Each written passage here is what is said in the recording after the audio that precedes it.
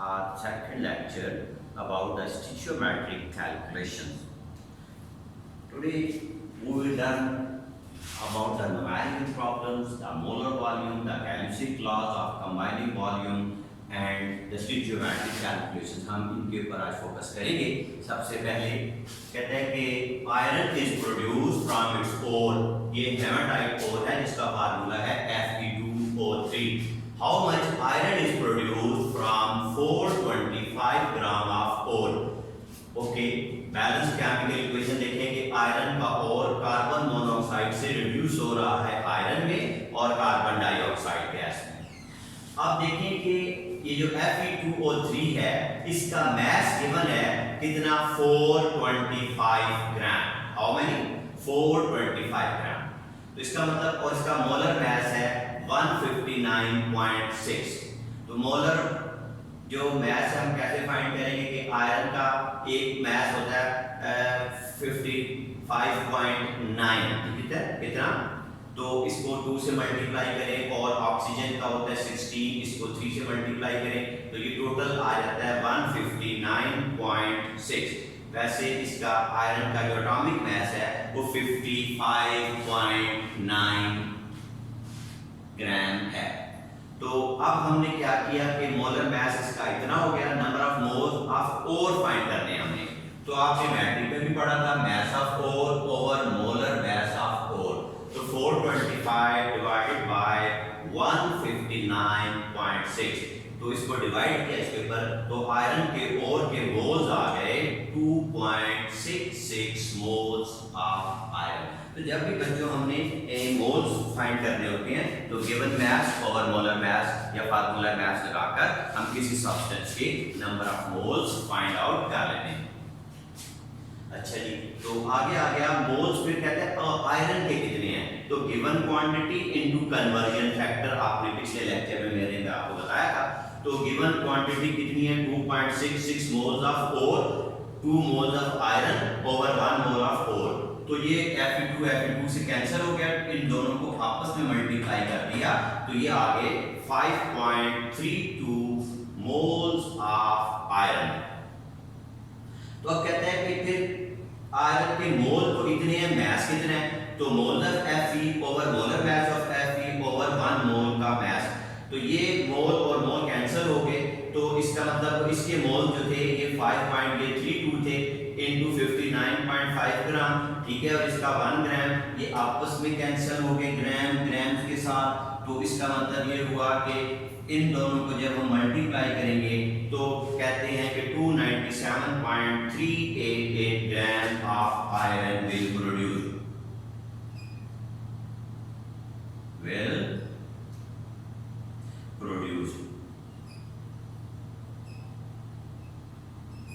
ठीक है.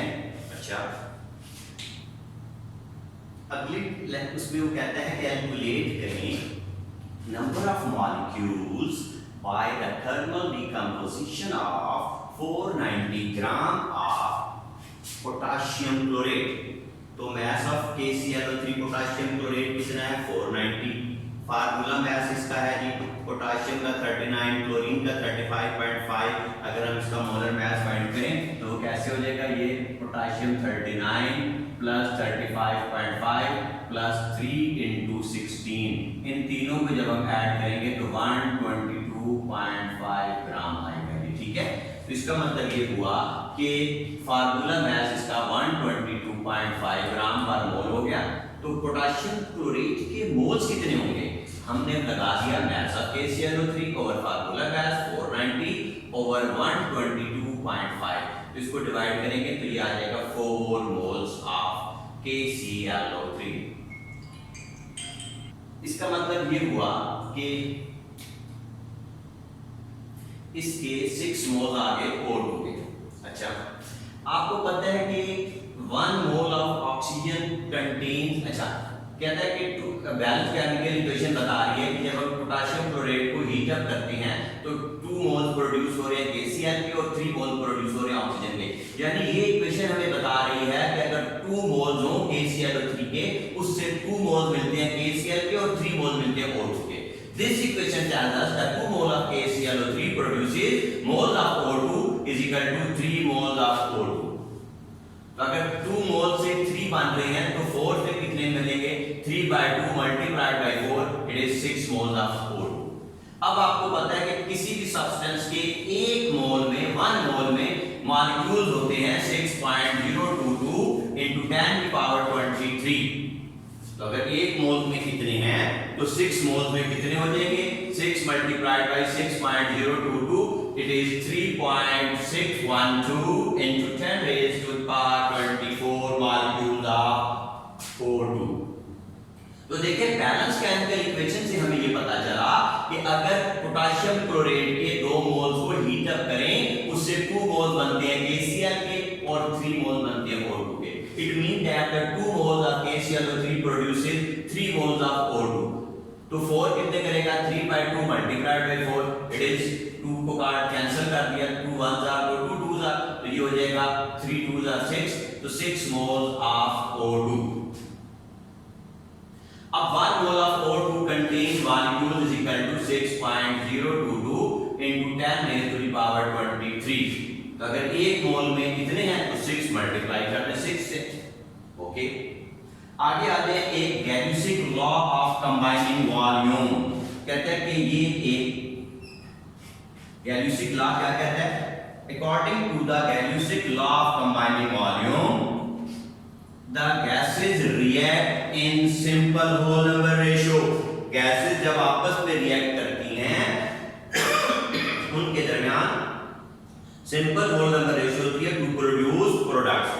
वन देखिए H2 plus Cl2 goes to form 2HCl and this reaction shows that the molar volume of H2 1 mole, ठीक है, would react with 1 molar volume of chlorine gas to produce 2 molar volume of HCl gas। This is the Gay-Lussac law of combining volume।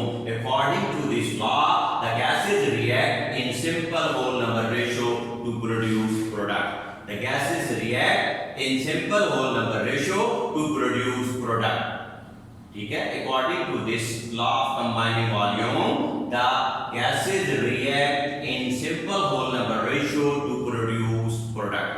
The gases react in simple whole number ratio to produce product। This is called the Gay-Lussac law of combining volume। The gases react in simple whole number ratio to produce product। अगर हम करें H2 1 mole of H2 react with 1 mole of Cl2 to produce 2 moles of HCl gas। This reaction shows that the molar volume of H2 gas reacts with 1 molar volume of chlorine gas to produce 2 molar volume of hydrogen chloride in HCl gas। आगे फिर molar volume क्या होता है? 1 mole of any gas at STP standard temperature and pressure। STP क्या है? Standard temperature and pressure occupies volume 22.414 decimetre cube. कहते हैं कि at STP किसी भी गैस का 1 मोल का जो वॉल्यूम है वो 22.414 डेसीमीटर क्यूब है और इसको मोलर वॉल्यूम कहते हैं किसी भी गैस का। 1 mole of any gas at STP occupies 22.414 decimeter cube of volume and this volume is called the molar volume of a gas at STP। STP क्या है? Standard temperature and pressure। At STP 1 mole of any gas contains 22.414 decimeter cube of volume and this volume is called the molar volume। तो 22 देखिए, अब किसी भी gas का मास different हो सकता है। फॉर एग्जांपल देखिए एनी गैस का 1 मोल होगा उसमें इतने मॉलिक्यूल होंगे। अब देखिए हाइड्रोजन गैस उसके 1 मोल का मास होता है 2 ग्राम लेकिन नंबर ऑफ मॉलिक्यूल इसमें भी सेम इसमें भी सेम। इसी तरह 22.414 वॉल्यूम उसका इतना, उसका मास 17 ग्राम। लेकिन इससे क्या पता लगा कि किसी भी गैस का मास तो डिफरेंट हो सकता है लेकिन HCP पर उसका वॉल्यूम और उसमें नंबर ऑफ मॉलिक्यूल सेम होंगे। ठीक है, तो अब इस इक्वेशन से आपको मैंने बताया कि 1 mole of H2 mass 2 gram, molecules कितने 6.022 into 10 की पावर 23। वॉल्यूम देखिए, volume same, molecule same, mass different. अब देखिए इसी तरह 22.414 decimetre cube of ammonia gas gram. अब देखिए इसका मास 2 ग्राम, इसका मास 17 ग्राम, लेकिन दोनों के पास जो नंबर ऑफ मॉलिक्यूल्स हैं वो सेम है। इसका मतलब ये हुआ कि किसी भी गैस का जो मास है वो डिफर कर सकता है दूसरी गैस से।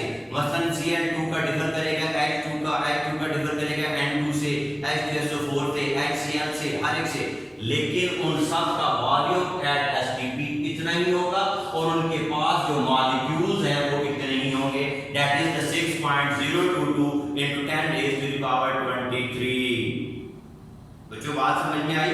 क्या कहता है कि एट एसटीपी स्टैंडर्ड टेम्परेचर और प्रेशर पर किसी भी गैस का वॉल्यूम जो है वो 22.414 डेसीमीटर क्यूब होता है। इसको मोलर वॉल्यूम कहते हैं। और हमने पता चला कि किसी भी गैस का मास तो डिफर कर सकता है। मतलब हाइड्रोजन का मास, गैस का मास 2 ग्राम है, लेकिन उसमें मॉलिक्यूल्स इतने ही हैं।